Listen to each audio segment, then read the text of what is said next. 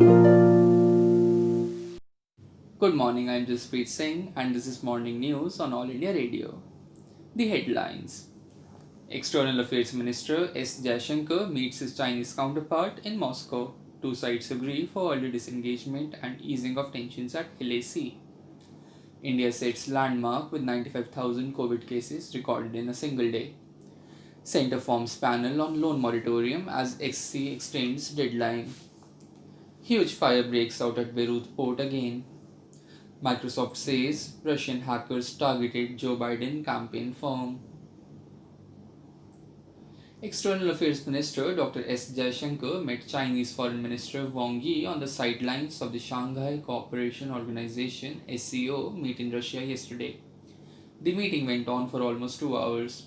During the meeting, the two sides agreed on 5 points to guide their approach to the situation on the line of actual control (LAC). Both the ministers agreed for early disengagement and easing of tensions at the LAC. The two foreign ministers agreed that the current situation in the border areas is not in the interest of either side and agreed that the border troops of both sides should continue their dialogue and maintain proper distance. The two countries also agreed on not allowing differences to become disputes. Both sides also agreed to take guidance from the series of consensus between leaders of the two countries on developing India China relations.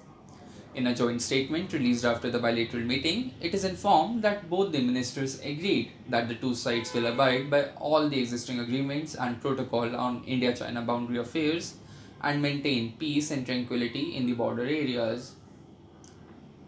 India saw a record single day surge in coronavirus cases and the fatalities linked to the highly infectious disease, with 95,735 new infections on Thursday, taking India to the top of the list of single day case records.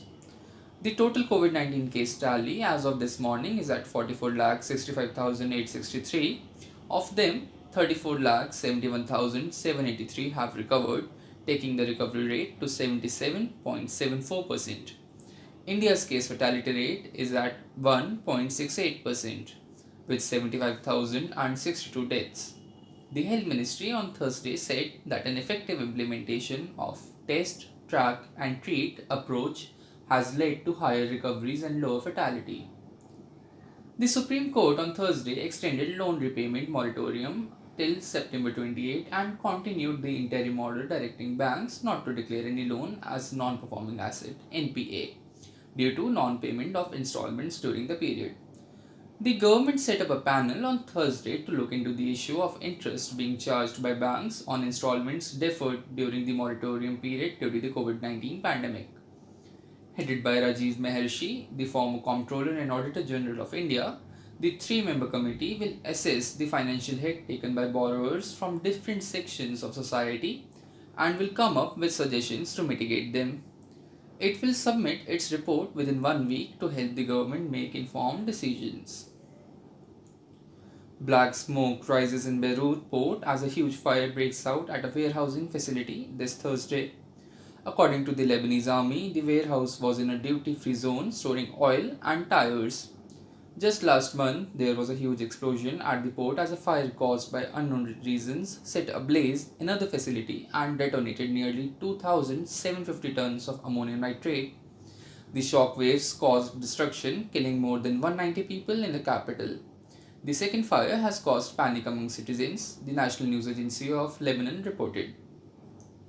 An investigation led by Microsoft Corporation uncovered attempts by some Russian, Chinese, and Iranian hackers to disrupt the US election by targeting the campaigns of President Donald Trump and Democratic nominee Joe Biden.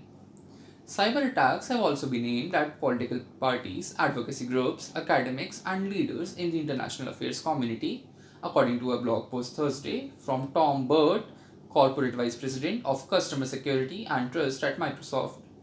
Microsoft had alerted SKD Knickerbocker, a public affairs and political consulting firm working with Biden's campaign, that it was recently targeted in an unsuccessful hack by suspected Russian state-backed hackers. Microsoft's board said that they disclose attempts like these because it's important the world knows about threats to democratic processes. Thank you.